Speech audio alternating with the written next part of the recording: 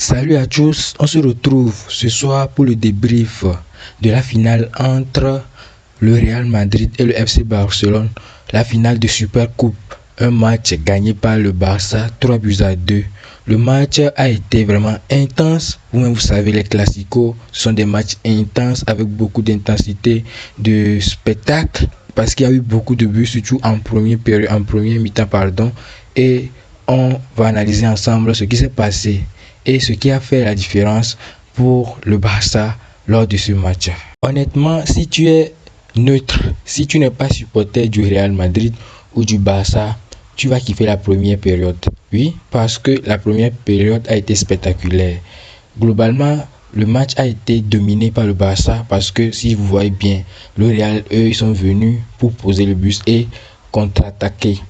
Apparemment, Xabi Alonso, quand il était venu au Real Madrid, c'était pour venir instaurer un système de jeu, jouer au football. Mais quand même, contre des équipes joueuses comme le Barça, c'est un peu compliqué. C'est un peu compliqué pour lui.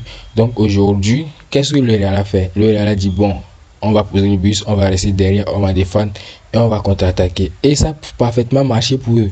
Parce que les buts qu'ils ont marqués, ce sont des buts comme ça. Le Real ne dominait pas le match, mais vient et puis marque un but. Donc, pour faire un petit résumé du match, premièrement, Rafinha a ouvert le score. Sur une passe magnifique de Fermín López, Rafinha a permis au Barça de prendre l'avantage. Mais l'avantage n'a pas duré parce que le Real Madrid avait son système de jeu. Un ballon dans leur cas de dégagement pour Vinicius qui contrôle le ballon. Et puis, il élimine Koundé facilement. Honnêtement, Koundé sur ce match, il a été, je sais pas le mot employé pour lui, mais il n'a pas été à la hauteur du match. Il a été en dessous vraiment de nos attentes, quoi. Comme je le disais, Koundé facilement éliminé permet à Vinicius Junior et au Real Madrid de revenir au score, un but partout. Sauf que, mais après l'égalisation, le Barça aussi n'a pas tardé pour remarquer le deuxième but. Le deuxième but, la passe de Pedri pour Lewandowski qui contrôle le ballon, Courtois qui sort, il le voit, et puis petit lob dans le filet. Et ça, le but là a été marqué dans les arrêts de jeu. Du coup, l'arbitre avait donné 3 minutes d'arrêt de jeu. Le Barça a marqué à la 49e minute. Et après le but du Barça, quelques minutes avant que l'arbitre ne siffle la fin du match, le Real obtient un corner. Et l'arbitre n'a pas sifflé la fin du match. L'arbitre a décidé de jouer le corner et de siffler la fin du match après le corner. Mais le Barça encaisse sur ce corner. Et ça, moi je ne suis pas d'accord que le Barça encaisse des buts aussi facilement sur des coups de pied arrêtés comme ça. Le Barça encaisse sur ce corner. Sur ce corner, le Real, c'est Rodrigo qui a tiré Hussein sur sa tête qui touche le poteau et puis le ballon revient sur Gonzalo Garcia. Gonzalo Garcia qui fait un bon match, à mon avis un très bon match selon le système de jeu que Xabi Alonso a mis en place. Gonzalo Garcia fait un bon match. Il permet au Real Madrid de revenir à 2-2 avant d'aller à la mi-temps. Parce que Mbappé n'était pas titulaire. Parce que Mbappé était blessé.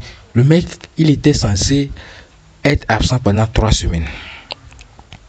Et puis, tout d'un coup, ça fait même pas une semaine, le mec dit que lui, sa blessure est finie. C'est quoi? Comment lui le faire? Il n'a qu'à nous expliquer comment il fait. Il n'a qu'à nous expliquer. Et au retour de la mi-temps, le système n'a pas changé. Le Barça continue à jouer de la même manière. Le Real a continué à défendre. Le Real, le fait aujourd'hui, qu'est-ce qu'ils ont fait? Rester derrière, dégager le ballon pour Vinicius devant, pour Gonzalo Garcia devant, ou bien pour Rodrigo devant. C'est tout ce que le Real a fait aujourd'hui comme jouer au ballon. Rien du tout. Si Courtois a le ballon, il dégage. Si Hussein a le ballon, il dégage. Asensio, il dégage. C'est seulement le dégagement des longs ballons pour Vinicius. Vinicius qui a beaucoup fatigué Koundé. Par contre, Vinicius il a beaucoup fatigué Koundé aujourd'hui. Il a fait un top match. Malheureusement, on l'a sorti. Je ne sais pas si c'était la bonne solution à ce moment de faire sortir Vinicius. Mais le coach a décidé de sortir Vinicius. Et Vinicius est sorti. Rafinha aussi, avant sa sortie, a permis au Barça de prendre l'avantage. Et l'avantage là, le Barça l'a pris et ils l'ont gardé jusqu'à la fin, malgré le carton rouge que Frenkie de Jong a reçu totalement mérité. À mon avis, ce carton rouge est mérité. Il n'y a pas de discussion. Non, non, non, non. Parce que le pied de Frenkie était élevé, était haut comme ça là. Donc, vraiment, c'était un carton. Le Barça a su gérer la fin du match. Dans les années précédentes, avec le Barça, c'était compliqué de gérer les fins du match. Mais aujourd'hui, Hansi Flick a pris des bonnes décisions. Il a sorti Yamal pour faire rentrer Araujo, qui est de retour après sa dépression. Et avec un bon Joan Garcia en fin du match, le Barça a obtenu la victoire et la coupe. Individuellement, le joueur à saluer aujourd'hui, c'est Rafinha. Il a fait doubler, un but à la première période et le deuxième but en deuxième période. Yamal aussi a fait un super match à ne pas négliger.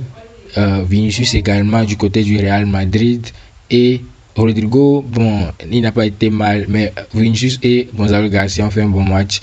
Et comme d'habitude, Courtois qui a fait beaucoup d'arrêts, qui a sauvé le Real Madrid aujourd'hui. Je vais noter aussi la rentrée de Dani Olmo, qui a fait un match incroyable. Il est rentré et puis techniquement, on a vu la différence. Donc, le Barça gagne le premier titre de la saison. Maintenant,